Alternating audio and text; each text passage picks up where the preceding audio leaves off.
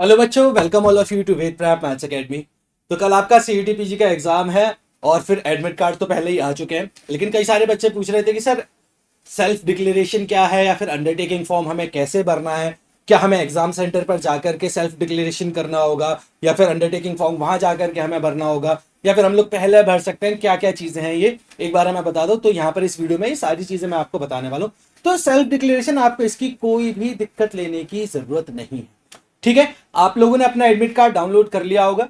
तो वही admit card के नीचे ही वहां पर आपको 3 ब्लॉक्स मिल जाएंगे। एक ब्लॉक के अंदर तो आपको अपनी पासपोर्ट साइज फोटो लगानी है। ठीक है, सेकंड ब्लॉक के अंदर आपको अपना लेफ्ट हैंड का थंबप्रिंट वहां पर आपको लगाना है। ठीक है, और जो थर्ड ब्लॉक है वहां पर सिग्नेचर करना होता है, लेकिन सिग्नेचर पहले मत कर लेना, सिग्नेचर आपको एग्जाम सेंटर पर जाकर के ही करना है।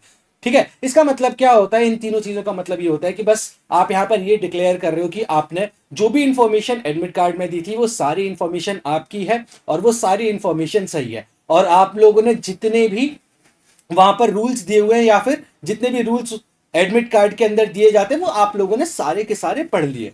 ठीक है, तो सेल्फ डिक्लेरेशन का यहाँ पर मीनिंग ही यही होता है। तो एक बार यहाँ पर मैं एक एडमिट कार्ड के थ्रू आप लोगों को दिखाने की कोशिश करता हूँ कि यहाँ पर आप लोगों को किस तरीके से सेल्फ डिक्लेरेशन फॉर्म भरना है। तो कुछ इस टाइप का एडमिट कार्ड होगा आप सभी के पास। वहां पर सबसे नीचे इस टाइप के 3 ब्लॉक्स आपको मिल जाएंगे। ठीक है, एक ब्लॉक में लिखा हुआ कैंडिडेट्स फोटो, और वो फोटो सेम होनी चाहिए जो कि आपने एप्लीकेशन फॉर्म में या फिर अपने एडमिट कार्ड के लिए सबमिट करी थी, वही सेम फोटो होनी चाहिए। ठीक है, तो वो एक फोटो आपको यहां पर लगानी है। ये चीज क्लियर है। और फिर आप वहां पर ये भी कर सकते हो, अपना फोटो के पीछे सिग्नेचर भी आप कर सकते हो। ठीक है, और फिर उसके बाद आपको क्या करना है, आपको सेकंड ब्लॉक के अंदर अपना लेफ्ट हैंड थंब का प्रिंट यहां पर लगाना है, या फिर लेफ्ट हैंड थंब को उसको ब्लू इंक के साथ प्रेस करके आपको यहां पर अपना थंब प्रिंट यहां पर लगाना है। ठीक है, ज्यादा डार्क मत कर लेना भाई, बहुत लोग कई बार क्या करते हैं कि पूरा ही ब्लू ब्लू कर देते हैं। तो यहां होली नहीं खेलनी है आपको, यहां पर आपको एक सिंपल सा अपना लेफ्ट हैंड थंब प्रिंट लगाना है। ठीक, थर्ड ब्लॉक के अंदर यहां पर आपको सिग्नेचर करना होता है, लेकिन ये सिग्नेचर जब आप एग्जाम सेंटर पर पहुंच जाओ तो वहीं करना, तो ये ज्यादा ठीक रहेगा। ठीक है, और ये चीजें अगर आप घर से ही करके ले जाते हो तो काफी अच्छा रहेगा, क्योंकि कहाँ एग्जाम सेंटर पर जाके आप ग्लू ढूंढोगे। ठीक है, कहां पर आप इंक ढूंढोगे कि आप थंब प्रिंट के लिए यहां पर अपना इंक लेकर के थंब प्रिंट लगा सको। कई बार एग्जाम सेंटर में आपको ये फैसिलिटी मिल जाती है, वहां पर आपका थंब प्रिंट लगवा लिया जाता है, ऑलमोस्ट हर जगह लगवा लिया जाता है। लेकिन क्यों ये फालतू की टेंशन पहले से लेनी है या फिर एग्जाम सेंटर में जाके ये टेंशन लेनी है। आप अभी से ही ये सारे काम करके रख लो कि एग्जाम में आपको टेंशन ना लेनी पड़े। और फिर एक चीज और, यहां पर आपको एक पासपोर्ट साइज फोटो लगानी होगी। मैं आपको ये रिकमेंड करूंगा एक और रख लेना। ठीक है, कम से कम 2 पासपोर्ट साइज फोटो अपने साथ जरूर रखिएगा। ठीक, उसके बाद फिर आपको देखो क्या क्या करना है। एक तो यहां पर ये जो थर्ड ब्लॉक पे सिग्नेचर है, ये आप एग्जाम सेंटर पे जाकर ही, जब आपके साथ अटेंडेंस शीट आपकी फिल करवाई जाएगी तो अभी यहां पर आपको सिग्नेचर करवाया जाएगा, कर लेना वहां पर। ठीक है, और फिर आपको एग्जाम सेंटर पर कुछ रूल्स का ध्यान जरूर देना। ठीक है, जैसे कि रूल्स क्या क्या हो सकते हैं, आपको एग्जाम सेंटर पर कोशिश ये करना कि आप लोग कम से कम 10 साढ़े 10 तक पहुंच जाओ। ऐसा नहीं है कि अगर 12 बजे से एग्जाम है तो आप सिर्फ 2 3 मिनट पहले पहुंच रहे हो, 12 बजे वहां पर एंट्री क्लोज हो जाएगी।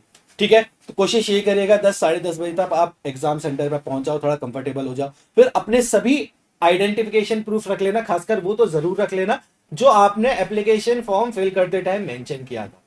अगर जिन बच्चों ने आधार कार्ड मेंशन किया था तो अपना आधार कार्ड रख लेना। किसी ने अगर कोई दूसरा वैलिड आइडेंटिफिकेशन प्रूफ वहां मेंशन किया था तो वो भी आप लोगों को रख लेना है। ठीक है, ये चीज क्लियर है। तो ये सारी चीजें आपको जरूर रख लेनी है। और फिर एक और चीज मैं आपको बता दूं, एग्जाम सेंटर पर अगर आप चीटिंग करते हुए पकड़े जाते हो तो 3 साल का बैन है। तो अगर आपने तैयारी नहीं करी है ना, तो इस चीटिंग करने से अच्छा यही रहेगा कि एग्जाम देने ही ना जाओ। ठीक है, अदरवाइज सॉरी बच्चों, अदरवाइज फिर वहां पर चीटिंग मत करना। तो इन सारी चीजों को आपको अवॉइड करना है। ठीक है, तो इस सेल्फ डिक्लेरेशन का फॉर्म आपको एडमिट कार्ड के साथ ही मिलेगा। यहां पर एडमिट कार्ड के साथ एक और पेज होता है। ठीक है, वो मैंडेटरी तो नहीं होता ले जाना साथ में, लेकिन स्टिल आप लोग उसका भी प्रिंट निकाल लेना और लेकर के जाना एग्जाम सेंटर के अंदर।